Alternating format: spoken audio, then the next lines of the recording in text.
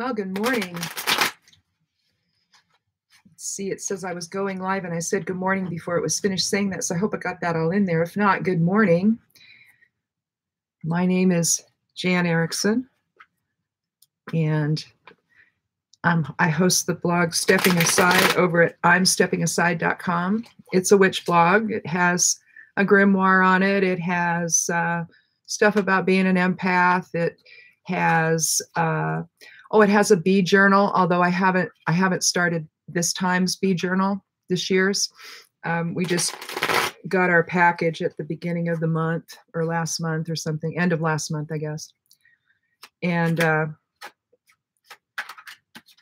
we had 5 hives going into the winter, but they didn't make it. And so we've just resigned ourselves to buying a package a year, maybe 2 packages a year, I don't know. And then hopefully we'll get swarms. Jerry's out there respraying the nuke boxes we have. They're like little swarm boxes. They're smaller than normal hives.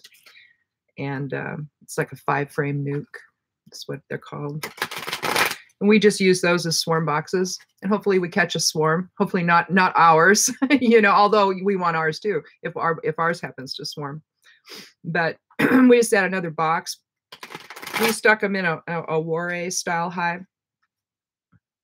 And so it's, you have to add the boxes at the bottom. It's a different kind of hive. It's a smaller hive than the normal Langstroth hives. Those are the ones you typically see out in the fields. When you see a bunch of beehives hooked together, those are a bunch of Langstroth hives put together. But we have little places for ours, so we don't put them out in our pasture or anything. We have little nooks and crannies for them, special bee areas. Well, there went the whole thing.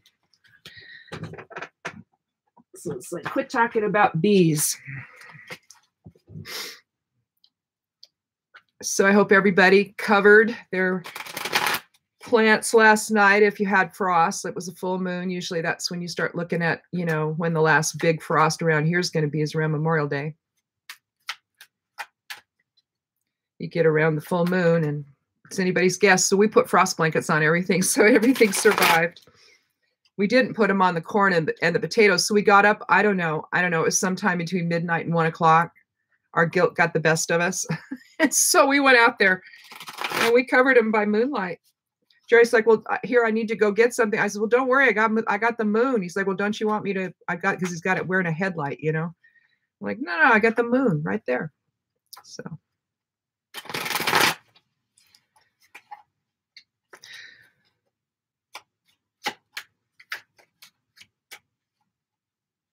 Sometimes I'm not very coordinated in the morning.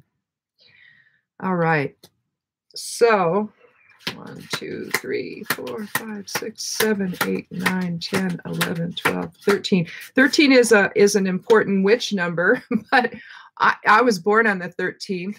13 has figured prominently in my life. In so many different ways. I was really ill for 13 years, and then I decided I wasn't going to be ill anymore. And I became a cannabis patient, and I healed. So there you go.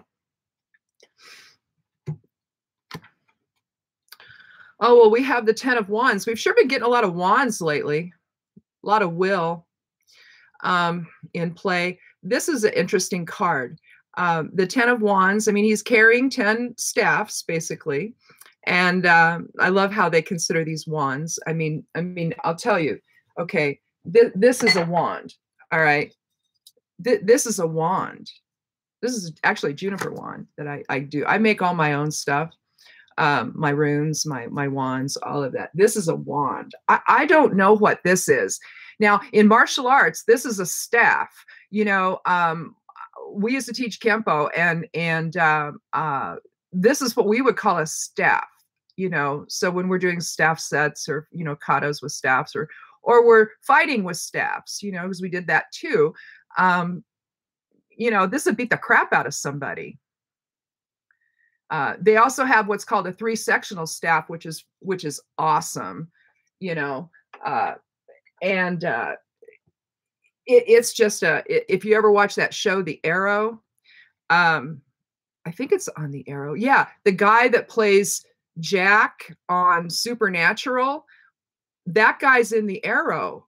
I don't know. Do they just move around? I don't know. Anyway, but his character uses. I mean, the martial arts in The Arrow is fantastic. But this guy, he uses. I don't know what his name is in the show, but so I just call him Jack from the other one. He uses a 3-sectional staff, and oh my Lord, those things are so awkward to deal with. But boy, they're cool when someone knows how to use them, because basically you've got 3 short sections, of staff material hooked together with chain. And so it's that, hence the name 3-sectional staff. It is so cool. I could never master it. Jerry's better at it than I am.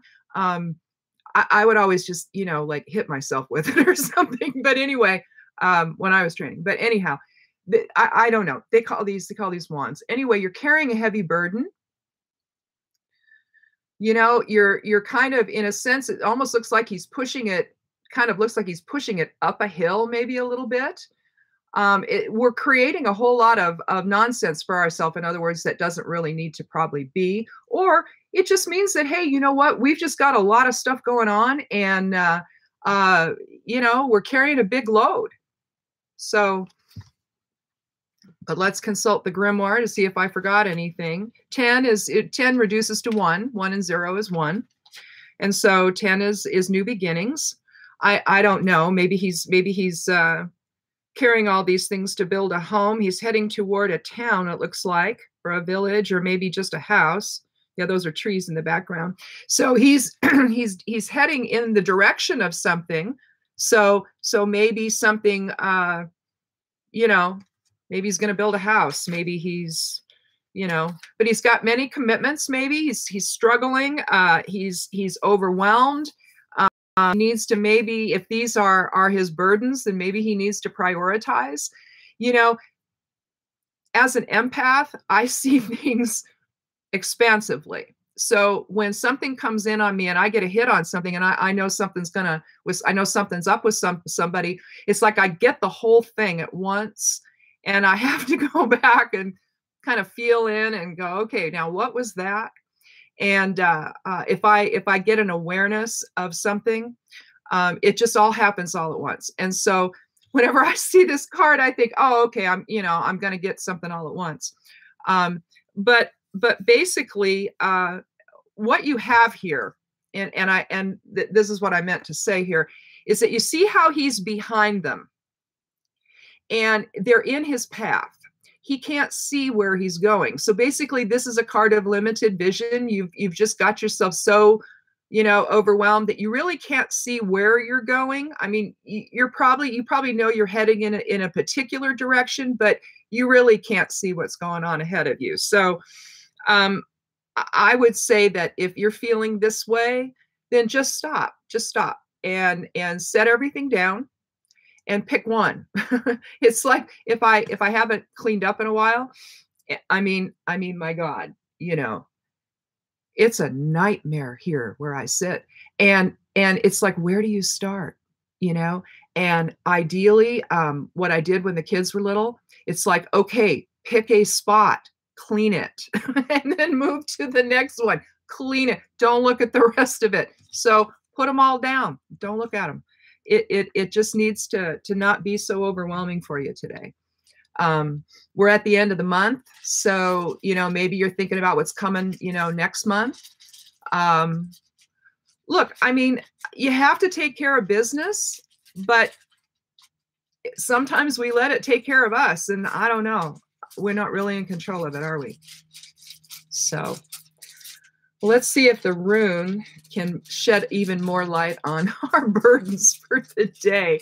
I mean, my plants survived the frost last night, and I might have one more night of it. It's supposed to get down to 38, but I don't think I'm going to cover everything. I might, though, because I'm that paranoid. I work hard to do this garden, so I don't like to see it. I don't like to see it die right off the bat before it ever makes anything. Oh, but I collected some spinach this morning and I gave it to the chickens. They're looking at it like, Ew, what is this? It's fresh. But I thought I'd let them have the first. Well, actually, I picked radishes and we ate those. So let's pick a rune and see if we can add to our either add or detract from our burden. Maybe it'll give us a solution. Oh, I have 2 floating around in my hand. There we go. Oh, okay. I think we've had this one once before. This is Awas. And it's the, is it the 14th rune? I think it's the 14th rune. Is it the 14th? No, that's Perthro. It's the 13th. Oh, yeah, well, duh. So anyway, what is cool about Awas, particularly if you're going to make a bind rune, and I'll probably do a thing on bind rune creation here in a little while, next day or two. This is actually can be the backbone of a bind rune, and everything can move off of it. It's basically the connection between non-physical and physical aspects of self. So we're talking as above, so below. It's the connection between opposites. It's the link between worlds. If you want to focus on it when you're doing trance work, you can do that. And it's my rune bag. I make my rune bags. I crochet them. I use sock material to do this one. This is cool. But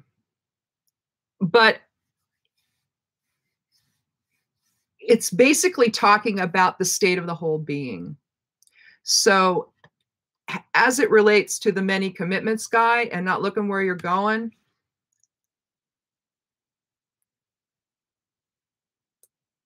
to me, this means then that we're letting too much of the world govern how we see things. We have to remember that we are source energy, and that, you know, the creator decided at some point, hey, you know what? I think I want to explore tangible form. And so that's what the creator did. And the creator said, I'm just going to go and express myself out there. And so everything you see, everything we are, is the creator expressing itself into form, or at least starting that process and then letting the autonomy of that, you know, take hold. So if we are too burdened by the world, then we're not exercising our own internal soul-centered power. You know, we are source beings. We are eternal. The body is not. It's just a vehicle to move about, essentially, and to experience life. So, you know, are we going to do that from the standpoint of source energy, of who we actually are, and bringing in those awarenesses into our everyday life, or are we going to be burdened by the commitment of form? You know, this gives us, you know, will give us unending power, drawing it down into form. So you can see it draws down into form, and basically you want that. I mean, the only real directionality we need to worry about is whether or not we're bringing in our own source energy into everything that we're doing. You know, are we seeing through the eyes of source vision? Are we seeing through the eyes of the ego? And here, it just seems like he's burdened, and he's not even paying attention to the burden, really. He's just carrying it around. And it looks like he's heading in a direction, but is he? Because he can't really see where he's going. You know, so in a sense, he's kind of on autopilot, you know, and that's a scary place to be, because, you know, the whole point of being here is to create our own experiences. And if we're on autopilot, how are we doing that? And the thing is that the ego, if we're only allowing the ego to inform our day, then what are we really doing? You know, we're reacting, we're not creating. And so with Awas, what it's reminding us to do is to get out of the burden of not creating and begin creating as the source beings that we are. So I think that's the whole point of what we're calling ascension, you know, is remembering who we are. You know, in a sense, especially right now, that's the whole purpose of us being here, is to remember that we're source energy, that we're the creator. manifesting into form, and that we should proceed from that point, from that remembrance. And so I think that again, that's what this is telling us, that we can be burdened by the world, or we can take the world by the whatever, and say, no, I'm in control of you. I'm in control of my experiences. I'm going to take these burdens. I'm going to take this, stuff that I have to do, and I'm going to be in charge of it. And maybe I'm going to take one or two of them and deal with it, or maybe just one, or maybe I'm just going to set the whole thing down and go sit out and, look at the sky or something, or go walk around and look at flowers and look at the plants, or go play with your children or your grandchildren or something, if you're blessed enough to have them. Life doesn't have to be the burden that we make it. And as we can see from the 10 of Wands, we have a chance to say, okay, we've had enough. This is too much. And it's time now to take a more measured approach to things, and to pay attention, and to see what we're going and see what we're doing. All right? We are the embodiment of as above, so below. So, instead of bringing the below to the above, how about we bring the above to the below and let that inform us? Let spirit inform us today and every day. So, okay, so that's all I got for today. I think that, let's see, what's today? Is today Wednesday or Thursday? Oh, it's Wednesday. Okay, so we've got 2 more days. Does it ever happen to you that when you don't have a full week, if you have like a Monday or a Friday off, it totally messes up